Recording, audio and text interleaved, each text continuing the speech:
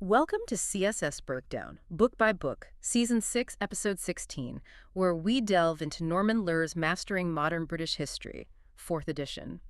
This deep dive unravels a turbulent era from 1880 to 1895, a time when the fate of British governments often hinge on a single, intractable issue: Ireland.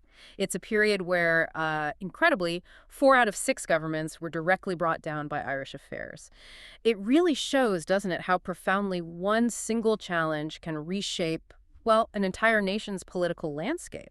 Absolutely. And what we'll see today is how deeply things like domestic policy, imperial ambitions, and of course the relentless pressure from Irish nationalism were all tangled up together. It's fascinating to observe how political giants like Gladstone and Salisbury, even with their very different ideologies, found themselves constantly wrestling with the very same core challenges. Okay, so Gladstone kicks off his second ministry in 1880. He's got this massive majority. Seems like he's on top of the world, but things, well, they quickly go south, particularly when it comes to Ireland. What was the situation on the ground? What made it so volatile back then? Well, the root causes were pretty dire. You're talking about a serious agricultural depression, made even worse by cheap American corn flooding the market. Then there were repeated potato crop failures. Oh, again. Yes, again. And there was a real lack of industrial alternatives for people. So this led to widespread misery and, well, you can guess what happened next.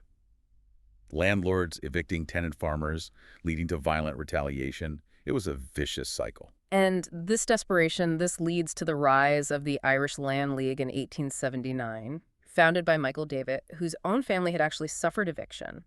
Their demands became famous as the 3 Fs. Why? Could you lay those out for us? Yeah, sure. The 3 Fs, they stood for fair rent, fixity of tenure, which basically meant protection from eviction as long as you paid your rent, and free sale, the right for a tenant to sell their interest in a holding if they left. And what's important here, as historian Michael Winstanley argues, is that these weren't just a reaction to exploitation. They were also a kind of strategic move to solidify gains tenants had made during earlier, better times, trying to establish tenant rights almost as property rights. Interesting.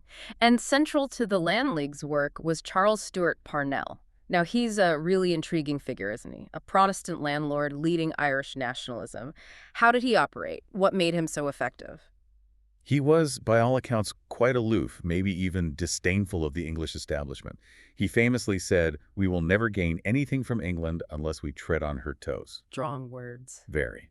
And he put that into practice. He championed obstruction in the House of Commons, deliberately making parliamentary business incredibly difficult. It was a clear, disruptive strategy designed to force the government's hand. So Gladstone, at first, he tries a softer approach. He brings in a bill in 1880 offering compensation to evicted tenants. But it gets shot down. Shot down hard by the House of Lords. And the irony is, many of them were Irish landowners themselves. They rejected it overwhelmingly. So how did the Land League respond to that? And this is where a new word enters the English language, right? Exactly. The Land League's retaliation was swift and, frankly, pretty effective. They started boycotting anyone who dared to take over an evicted farm. They'd isolate them completely. Like a social pariah. Precisely. As if he were a leper, was the phrase used. The very first target was a land agent in County Mayo, Captain Charles Boycott. His servants, local shopkeepers, farm laborers, everyone refused to deal with him. It got so bad they needed troops just to protect his property and harvest his crops, and of course, his name stuck. Wow. So beyond coercion, Gladstone then makes this huge effort with the Second Irish Land Act in 1881. This actually gave the Irish the 3 Fs and set up land courts. It sounds like a genuine attempt to solve things. Why did it still fail? It was a massive legislative achievement, make no mistake. Sure. Took 58 sittings in the Commons, intense debate. It only passed the Lords because Queen Victoria herself intervened. Really? Yes. But Parnell, instead of seeing it as a solution, saw it as proof that pressure worked. He believed more pressure would eventually force Britain to grant home rule. So the Land League actually sabotaged the land courts, kept the rent strikes going, and the violence continued. It was a major reform, but tragically, as Lowe suggests, it was perhaps 10 years too late to really calm things down. And Parnell's continued defiance, that leads Gladstone to take a pretty drastic step, arresting him. Right. He arrests Parnell and other leaders, puts them in Kilmainham jail in Dublin. But predictably, perhaps it's only made things worse, escalated the unrest. Which leads to this so-called Kilmainham Treaty. What was that, and what did it reveal about Gladstone's thinking? Well, treaty is maybe a strong word. It was more an informal agreement brokered through intermediaries in April 1882. Basically, Parnell agreed to call off the rent strike. In return, Gladstone promised an arrears bill to help tenants who were behind on rent. But the crucial thing here is, Gladstone effectively admitted that only Parnell, now seen as the uncrowned King of Ireland, had the influence to control the Irish people. It strongly suggests Gladstone was realizing that home rule was probably inevitable, a real turning point in his mind. But just as there's this glimmer of hope, tragedy strikes, the Phoenix Park murders, how did that completely derail things? It was horrific timing. Yeah. Just 4 days after Parnell was released from Kilmainham, Lord Frederick Cavendish, Gladstone's own nephew, actually, and the new Chief Secretary for Ireland, and T.E. Burke, the senior civil servant, were brutally stabbed to death in Phoenix Park in Dublin. By who? An extremist splinter group called the Invincibles. This act of political assassination just completely hardened English public opinion almost overnight. It fueled this perception that the Irish were, impossible to deal with. Support for home rule plummeted. It was a massive setback for Gladstone's new thinking. Despite that huge setback, the Kilmainham Agreement did, apparently, bring a period of relative calm for a couple of years, until 1885. But then, in June 85, Parnell makes this, really surprising political move. What did he do? It was a gamble. Believing he could actually get more out of the Conservatives, Parnell instructed his Irish nationalist MPs to vote with the Conservatives. They defeated Gladstone's Liberal government on, of all things, a bill about beer and spirit duties. A tax bill brought down the government. Effectively, yes, because Parnell held the balance of power. This brought Lord Salisbury's Conservatives into power, exactly as Parnell had calculated. And Salisbury, now in power but needing those Irish votes, quickly makes a couple of key concessions, doesn't he? He does. 2 very significant ones. First, he immediately drops the Coercion Acts, which was a major win for the Irish nationalists. Second, he introduces Lord Ashbourne's Act in 1885. This provided £5 million in government loans, a lot of money, then allowing tenants to actually buy their land from their landlords. About 25,000 farmers took advantage of this, a big step towards peasant proprietorship. So fast forward to the 1885 election. Parnell's strategy pays off, creating a hung parliament. The Irish nationalists hold the balance of power. Gladstone's Liberals can't govern without them. And this is where Gladstone's secret conversion to home rule becomes absolutely critical, what really tipped him over the edge. It seems to have been a combination of things. He was definitely worried about the increase in violence in Ireland after the Coercion Acts were dropped. He was also getting advice from British officials on the ground in Dublin, people seeing it firsthand. But fundamentally, Lowe suggests Gladstone had this deep belief. He saw Irish nationalism, like Italian or Belgian nationalism, as just deeply felt desire for self-government that needed to be satisfied, not suppressed. But then a classic political own goal, his own son Herbert, leaks the news. Yes, the Hawarden Kite, it was called. It absolutely infuriated many liberals, especially the more traditional Whig element led by Lord Hartington. They felt betrayed. Despite that massive internal row, Gladstone still becomes prime minister for the 3rd time in January 1886, and he brings forward his first home rule bill. Tell us about that. Okay, so the first home rule bill, introduced in April 1886. It proposed an Irish parliament in Dublin to handle internal affairs. Westminster would keep control of things like foreign policy, defense, trade. But crucially, and this is hugely controversial, Irish MPs would no longer sit in the Westminster Parliament. And the opposition was immediate and fierce. Lord Randolph Churchill famously stirred things up. He did. Whipped up sectarian fears, particularly in Ulster, declared, Ulster will fight and Ulster will be right, painting it as Rome rule, Catholic domination, really inflammatory stuff. And it wasn't just conservatives. Joseph Chamberlain, a major figure, leader of the liberal radicals, people who might have been expected to support reform, he also strongly opposed it. Why, and what did this reveal? Chamberlain's opposition was complex. He genuinely seemed to fear that home rule would be the first step in dismantling the British Empire. That other places would demand independence too. Plausible fear, I suppose. Plausible, yes. But historians also debate his motives. Was it personal ambition? Hoping to succeed Gladstone? Did he think Gladstone was just out of touch? He certainly favored less drastic solutions like elected county boards. And he was definitely annoyed he hadn't been properly consulted by Gladstone. Whatever the reasons, it tore the Liberal Party apart. Absolutely devastating. 93 liberals, including Chamberlain, voted against their own government's bill. It was defeated. And the general election that followed in 1886. A crushing defeat for Gladstone and the liberals. And crucially, this anti-home rule faction, led by Chamberlain, broke away completely. They formed the Liberal Unionists. A separate party. Effectively, yes, a group of 77 MPs who ended up aligning themselves with the Conservatives. This split fundamentally reshaped British politics. The Liberals wouldn't properly recover for years, maybe decades. Okay, let's step back from Ireland for a moment, though it's hard to. Gladstone, despite being known as anti-imperialist, still had to deal with a complex world stage. What about Afghanistan and the Transvaal? Well, he largely reversed Disraeli's more aggressive policies. He pulled troops out of Afghanistan, and surprisingly, that actually led to pretty stable relations for about 20 years, despite conservative fears. The Transvaal was trickier.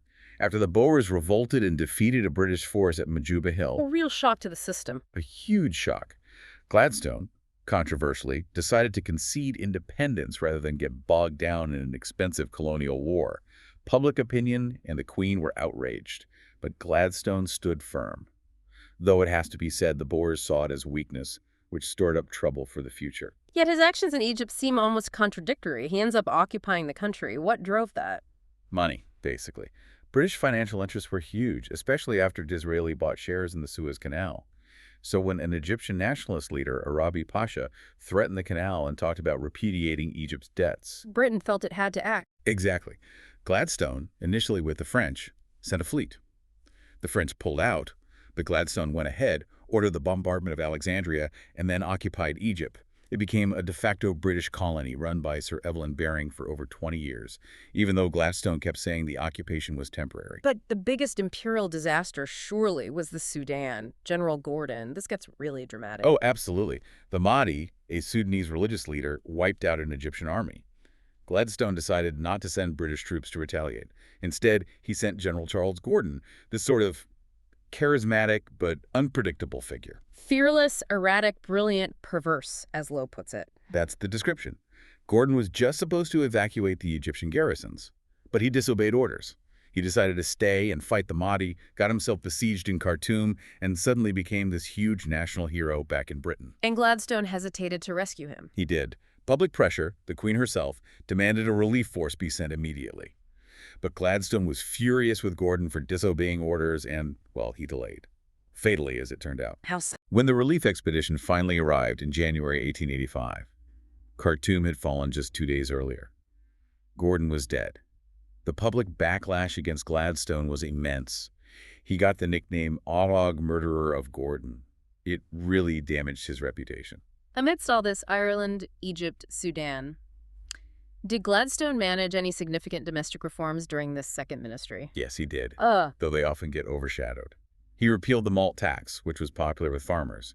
The Married Women's Property Act of 1882 was a landmark. It meant married women could own and control their own property, separate from their husbands. A big step. A very big step. And the Corrupt Practices Act of 1883 did a lot to clean up elections, curb bribery, and intimidation. Made things much fairer. But the really major domestic achievements were the Reform Act of 1884 and the Redistribution Act of 1885, right? Definitely. These were pushed hard by Chamberlain and the radicals within the party. The 1884 Act basically gave the vote to all male householders in the counties, same as in the boroughs. It added over 2 million new voters. Yeah, the electorate jumped to about 5.7 million.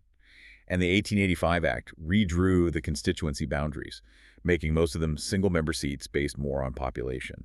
It was a massive step towards democracy, though still not universal suffrage, of course. And the irony. The irony, especially given everything else, is that these reforms effectively guaranteed Parnell's Irish nationalists at least 80 seats in Parliament, making them an even more powerful force to reckon with. Right. So the Liberals split, Gladstone's out, and Salisbury's Conservatives take over in 1886, propped up by those Liberal Unionists.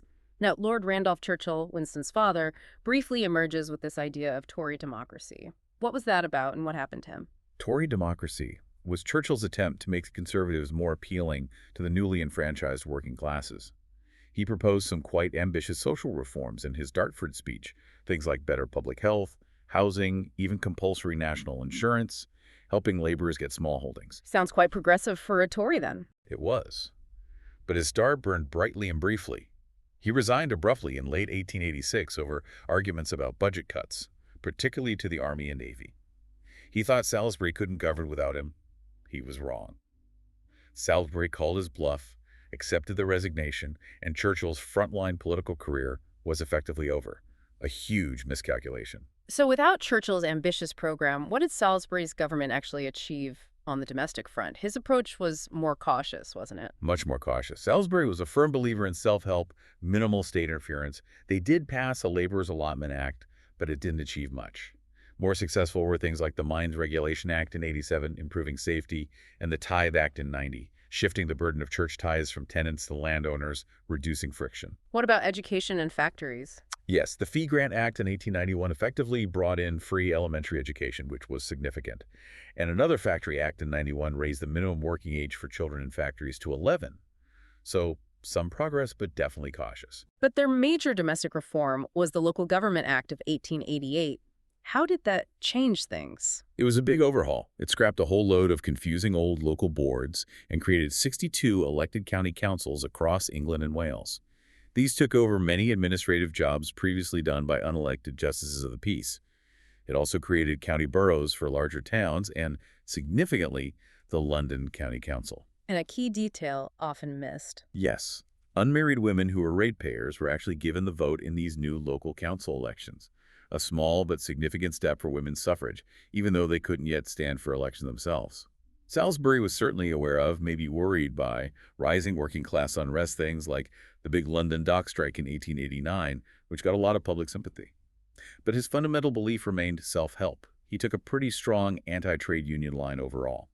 Okay, back to Ireland again. Under the Conservatives, Salisbury appoints his nephew, Arthur Balfour, as chief secretary. He gets the nickname Bloody Balfour. Why? And what was the plan of campaign? Balfour took a very firm line. He brought in a new Crimes Act in 1887, giving the police and magistrates really wide powers, including suspending trial by jury in certain cases. He applied it rigorously. The bloody nickname really stuck after an incident at Mitchelstown, where police fired on demonstrators, killing 3 people, and Balfour defended the police action. And the plan of campaign. That was a tactic used by tenants, likely encouraged by nationalist leaders, though Parnell officially distanced himself. On estates where landlords refused to lower rents, tenants would collectively offer what they considered a fair rent. If refused, they'd pay nothing, putting the money into a kind of fighting fund instead.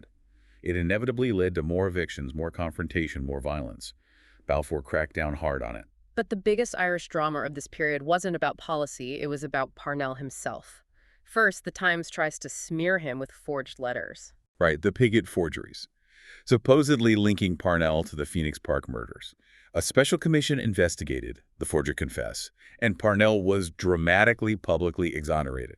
It was probably the absolute peak of his career. He seemed untouchable, the uncrowned king of Ireland. Sudden disaster. Utter disaster. Just months later, in 1890, he's named as the co-respondent in the divorce case of Captain O'Shea.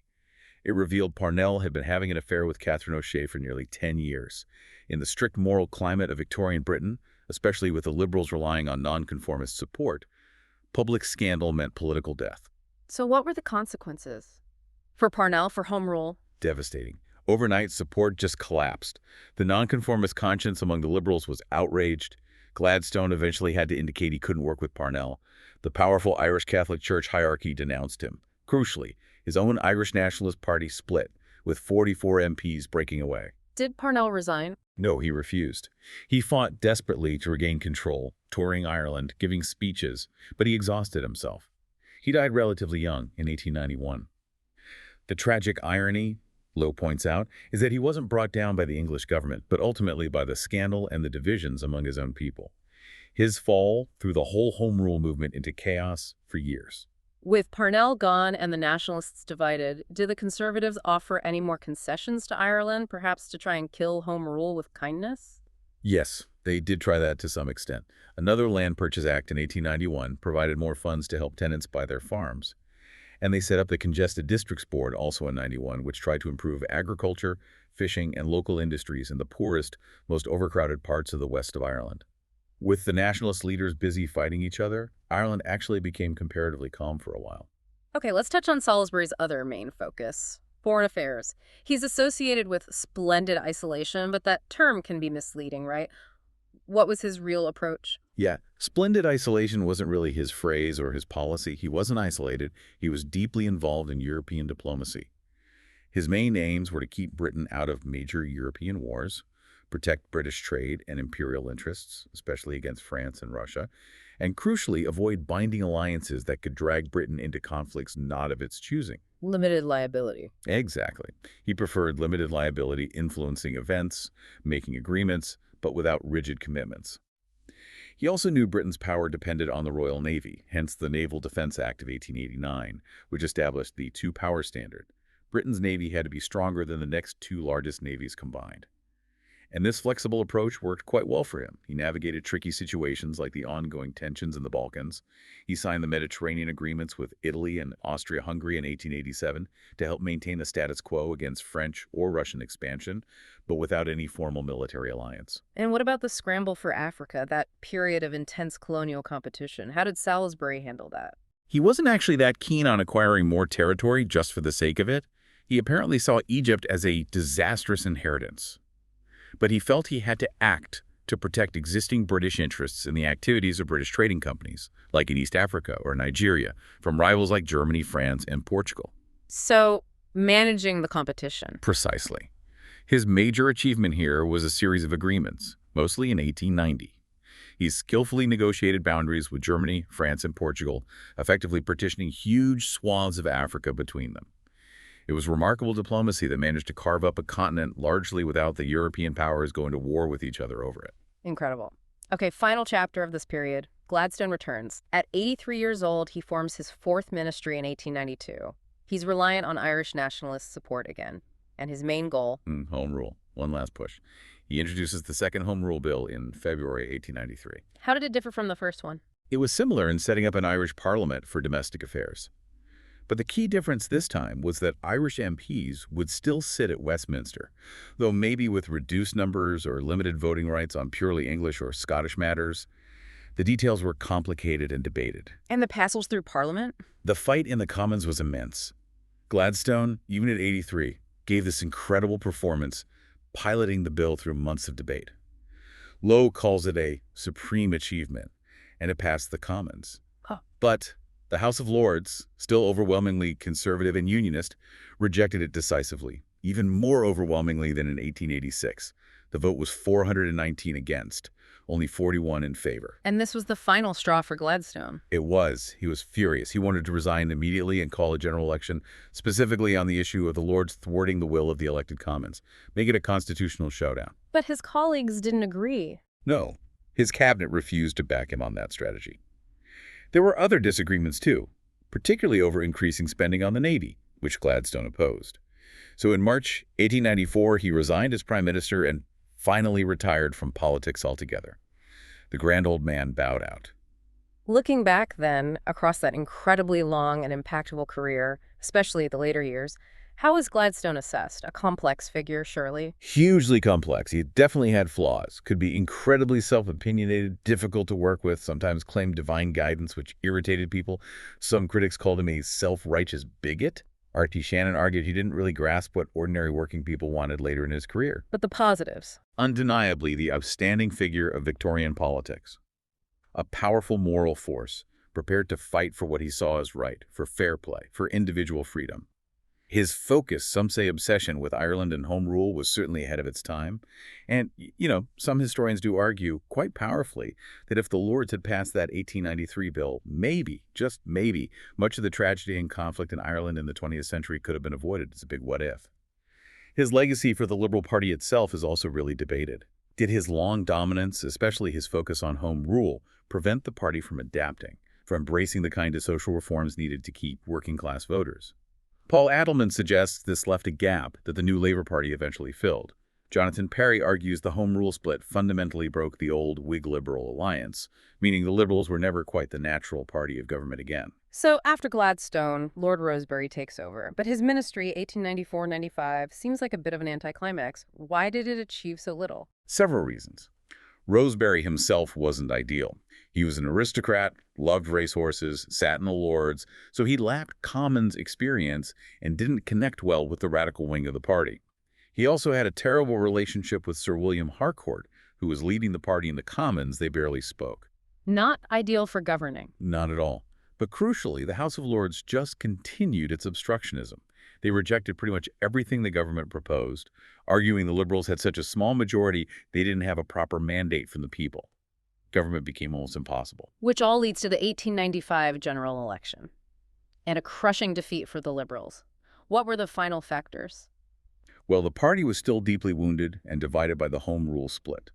Voters were clearly impatient, seeing them as ineffective and unable to govern. There was definitely disappointment among working-class voters about the lack of significant social reform, pushing some towards the Unionists, who were seen as more stable. And the broader mood. Yes, that was crucial, too. The election happened right at a time when public enthusiasm for the British Empire was surging. Imperialism was popular. The conservatives and their liberal unionist allies strongly embodied that imperial spirit, and it really resonated with the voters in 1895, ushering in a long period of conservative dominance. What a whirlwind deep dive into just 15 years of British politics. But you can really see how domestic policy, imperial questions, and especially that relentless pressure from Ireland were constantly twisting around each other. It's a stark reminder, isn't it, how one single, seemingly intractable issue can just ripple through everything a government tries to do. Absolutely. This period vividly illustrates the long shadow cast by political decisions, how leaders grapple with change or fail to, and how dramatically public mood can swing. The legacies of Gladstone, Salisbury, Parnell, and the sheer difficulty of the Irish question, well, they undeniably continued to shape Britain for many, many decades afterwards. So what does this all mean for you listening? As you think about this era, maybe consider how today's really difficult, seemingly stuck issues might be shaping our own political world in ways we don't fully see yet. Are there echoes? Are there perhaps Phoenix Park moments or home rule bills happening now that reveal those deeper, unresolved tensions simmering beneath the surface? Something to ponder.